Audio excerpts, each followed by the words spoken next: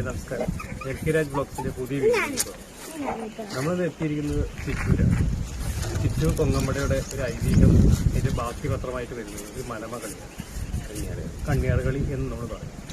അപ്പോൾ അതിൽ കണ്ണിയാർ കളിയിൽ വണ്ണാത്തി വെട്ടം ചെയ്യുന്ന സന്തോഷ് കുമാർ ചേട്ടനെയാണ് നമ്മൾ പരിചയപ്പെടാൻ പോകുന്നത്. നമസ്കാരം. എങ്ങനെയാണ് ഇതിലേക്ക്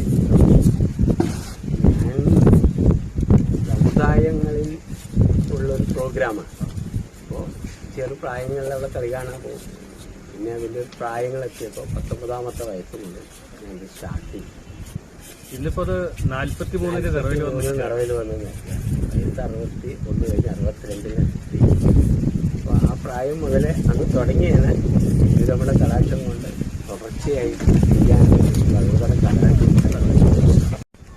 അപ്പോൾ ചിറ്റൂരുകാർക്ക് അഭിമാനിക്കാവുന്ന ഒരു സംഭവം തന്നെയാണ്. അതെ അതെ, തുടർച്ചയായിട്ട് ഈ വേഷം അങ്ങനെയാണ് അത് മനസ്സിലേക്ക് തുടർച്ചയായിട്ടുള്ള, അതായത് കളിക്കാൻ ആളുണ്ടെങ്കിലും ആ പറയുന്ന കാണികളുടെ ഒരു ആവേശം, നമ്മളുള്ള ആ സമുദായക്കാരുടെ ഒരു ഇതും വരണം തുടർച്ചയായിട്ട് കളിക്കാൻ കാരണം അതാണ്. അതൊരു പ്രത്യേക ഗ്രേസ് ആണ്. താങ്കളുടെ ആ വേദിയിൽ കാണുമ്പോൾ തന്നെ പ്രത്യേക ഗ്രേസ് ഉണ്ട്. കാരണം ഇത്രയും പൊലിമ ഉണ്ട്. ആ വേഷം ചെയ്യുമ്പോൾ ഒരു പൊലിമയോടുകൂടി വേഷപ്പറ്റ് അതിന്റെ ഉള്ളതായ ഒരു വാണാക്ക്, അതായത് ഒരു ജനങ്ങളെ ഇരുത്താൻ ഒരു കഴിവ്. എവിടെ പാചകങ്ങളാണല്ലോ അതില്, പാചക കസർത്തുണ്ട് ഇതിൽ കൂടുതൽ. അതുപോലെയുള്ള കാലുകൾ, 1ാം കാല്, 2ാം കാല്, 3ാം കാല്, 4ാം കാല്, സാരിക്കാല്, തട്ടുകാല്, ഇങ്ങനെ ഒരുപാട് സ്റ്റെപ്പുകളൊക്കെ.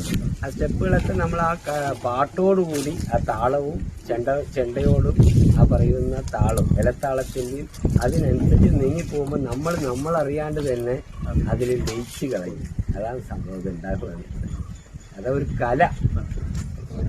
താങ്കളുടെ ഗുരു ആരാണ്? എൻ്റെ ഗുരു എന്നെ പഠിപ്പിച്ചത് പരമേശ്വര മണ്ണാടിയാര്, വേലായുധ മണ്ണാടിയാര്. പിന്നെ ഇതിലൊരു ആക്ടർ, നല്ലൊരു ആക്ടർ ഉണ്ടായിരുന്നു, മന്ത്രി മണ്ണാട്ടപ്പൻ. അയാളെ ഞങ്ങൾ രാശിപ്പേട്ടൻ എന്നൊക്കെയാണ് പറയുക. അങ്ങേരിപ്പം മൺമറഞ്ഞു.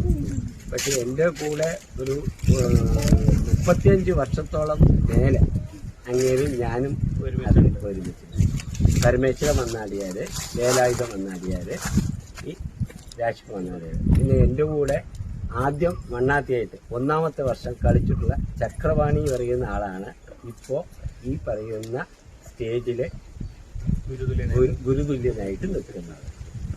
നമ്മുടെ നാട്ടിൽ ഇത് മലമ കളി എന്ന് പറയും. മറ്റുള്ള ഭാഗങ്ങളിൽ നമ്മുടെ ഭാഗങ്ങളിൽ മാത്രമേ മലമ, ചിറ്റൂർ മാത്രമേ മലമ എന്ന് അറിയപ്പെടുന്നുള്ളൂ. ബാക്കിയുള്ളവിടെ കണ്ണിയാർ കളിയെ അറിയപ്പെടുന്നു. അപ്പോൾ കണ്ണിയാർ കളിയിലെ മണ്ണാത്തി എന്നുള്ള അനുഷ്ഠാന വേഷമാണ് ഇന്നുവരെ ചെയ്തത്. നമ്മുടെ ചിറ്റൂർ കൊങ്ങമ്പട കഴിഞ്ഞ് എത്രാമത്തെ വർഷമാണ്? കൊങ്ങമ്പട തിങ്കളാഴ്ച, അത് കഴിഞ്ഞിട്ടുള്ള ബുധനാഴ്ച ചെയ്യുന്നതാണ് ഈ മലമ. അവിടെ ചിറ്റൂരിനെ സംബന്ധിച്ച് ബുധനാഴ്ച കണ്ണിയാർ കഴിഞ്ഞാൽ വെള്ളിയാഴ്ച ഉമ്മാട്ടി കഴിഞ്ഞാൽ തിങ്കളാഴ്ച കൊങ്ങൻപട, ബുധനാഴ്ച മലമ. അങ്ങനെ ഓരോരോ വിശേഷങ്ങളായിട്ട് മാറി. ചിറ്റൂരിൽ എന്നും ഉത്സവമാണ്. അതൊരു പ്രത്യേകത അങ്ങനെയാണ്. ശോകനാശിനി തീരത്താണ് നമ്മളിപ്പോ ഇരിക്കുന്നത്. ഒരു വൈബാണ് നമുക്ക് ഇരിക്കുമ്പോൾ തന്നെ. പിന്നെ എങ്ങനെയാണ് നിങ്ങളുടെ ജീവിതം, കുടുംബജീവിതം? ഭാര്യ, 2 പെൺമക്കളാണ്. ഭാര്യ എപ്പോഴും ടീച്ചറെ വർക്ക് ചെയ്യുന്നത്. ഇത് 2 പെൺകുട്ടികളെ കല്യാണം. എങ്ങനെ സന്തോഷന്റെ ബാല്യകാല സുഹൃത്തു കൂടിയാണ്? അതെ അതെ, ഞങ്ങൾ ഒരുമിച്ച് പഠിച്ചതാണ്. ഓക്കെ. 10ാം ക്ലാസ് വരെ ചിറ്റൂർ ഗവൺമെന്റ് ബോയ്സ് ഹൈസ്കൂളിൽ ഒരുമിച്ച് 10ാം ക്ലാസ് ഒരേ ബെഞ്ചിലിരുന്ന് പഠിച്ച ഒരു വ്യക്തിയാണ്. ഓക്കെ. അപ്പൊ എന്റെ അച്ഛൻ പലചര കന്യാർ കളി ആശാനാണ്. അപ്പൊ എനിക്ക് ഇതിൽ വലിയ താല്പര്യമുണ്ട്. ഈ കളി എങ്ങനെ ആസ്വദിക്കാം എന്നുള്ളത് എനിക്ക് വളരെ താല്പര്യമുണ്ട്. ഇവിടെ ഒരു ആസ്വാദനം പൊറാട്ട പറയുമ്പോൾ, മണ്ണാത്തി പൊറാട്ട വരുമ്പോഴാണ് ഇവിടുത്തെ ജനങ്ങൾക്ക് ഒരു ആവേശം. ബാക്കി പൊറാട്ടകളൊക്കെ ഉണ്ട്, എല്ലാ ജാതിയിൽക്കാരെ കുറിച്ചിട്ടുള്ള പൊറാട്ട ഉണ്ട് ഈ കന്യാർ കളിയിൽ. അതിൽ ഇവിടെ കളിക്കുമ്പോൾ സന്തോഷിന്റെ മണ്ണാത്തി ഒരു ഫേമസ് ആണ്. ആ കളിക്കൽ ഓരോ തറിയിലും ഓരോ ആൾക്കാർ. വലശ്ശേരി എടുത്തു കഴിഞ്ഞാൽ ദ്വാരകാകൃഷ്ണൻ പറയാനുള്ള കുറച്ച് പൊറാട്ടുണ്ട്, ഫേമസ് ആണ്. എന്ന് ചിറ്റൂരിന്റെ ഫേമസ് എന്ന് പറയുന്നത് സന്തോഷിന്റെ മണ്ണാത്തി പൊറാട്ടാണ്. അത് 10-43 കൊല്ലമായി ഇവിടെ കളിക്കാൻ തുടങ്ങിയിട്ട്. ഈ കല തുറന്നു പോകണം, എല്ലാവർക്കും ഇതിനെ ആസ്വദിക്കാൻ ചുറ്റൂർ അനുഗ്രഹിക്കട്ടെ എന്ന്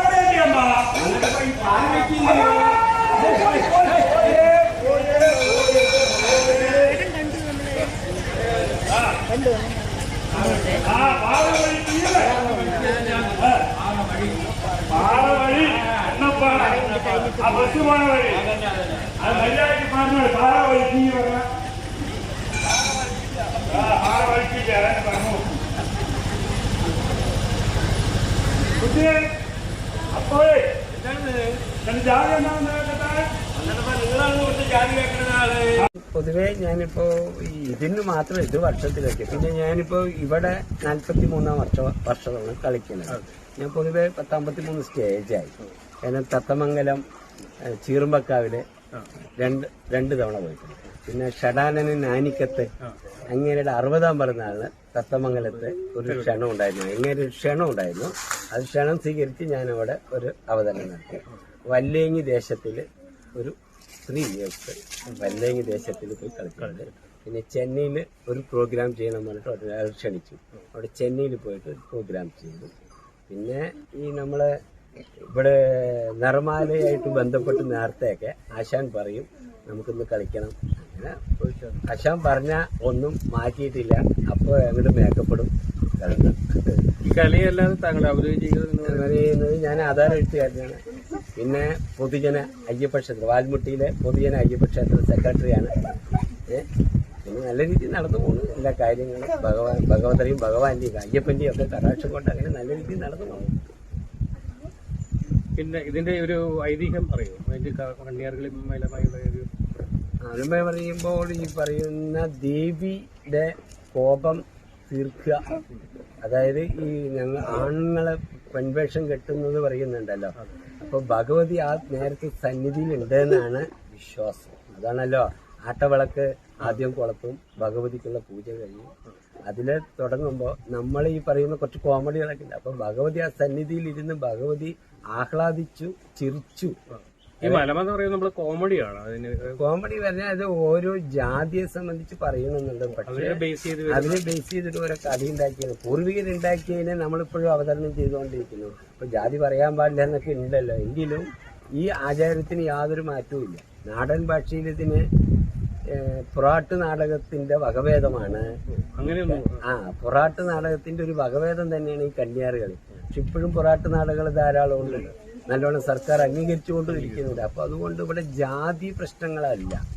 പക്ഷെ അത് മുൻ തലമുറക്കാർ എന്ത് ചെയ്തു അതിന് പിൻതലമുറക്കാര് അതിന് കൊണ്ടു നടക്കണമെന്ന് മാത്രമേ ഉള്ളൂ. ദേവീ ക്ഷേത്രങ്ങളിലാണ് കൂടുതൽ കാണാറുള്ളത്. ഇപ്പൊ നമ്മുടെ ചിറ്റൂരുണ്ട്, എലവഞ്ചേരിയിലുണ്ട്, കൊടുവായൂരുണ്ട്, നെന്മാറയിലുണ്ട്, ഇങ്ങനെ പല്ലശ്ശേരിയിലുണ്ട്. ഇങ്ങനെ എല്ലാ ഭാഗങ്ങളിലും ഭഗവതിയെ തൃപ്തിപ്പെടുത്തും. ഭഗവതിക്ക് വേണ്ടിയിട്ട് ഒരു ഉത്സവം കഴിയുമ്പോൾ അതിന്റെ ഓരോരോ കാലഘട്ടങ്ങളിൽ നമ്മളവിടെ കൊങ്ങമ്പട കഴിഞ്ഞിട്ട് ചില ഭാഗങ്ങളിൽ വിഷുവേല കഴിഞ്ഞിട്ട് അങ്ങനെ ഓരോ കാര്യങ്ങൾ.